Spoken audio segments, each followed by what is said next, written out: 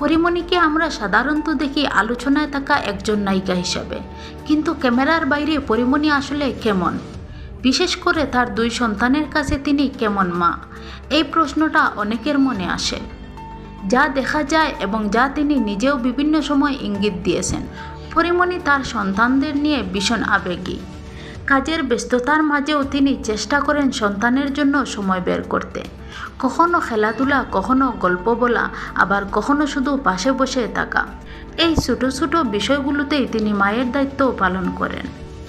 অনেকেই জানতে চান তার 2 সন্তানকে তিনি সমানভাবে সময় দেন কিনা।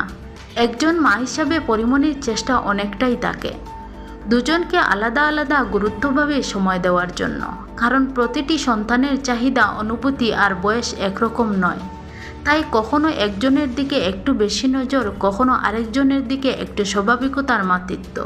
পরিমণির চলাফেরায় একটি বিষয় স্পষ্ট, তিনি সন্তানের সামনে যতটা সম্ভব স্বাভাবিক থাকতে চান।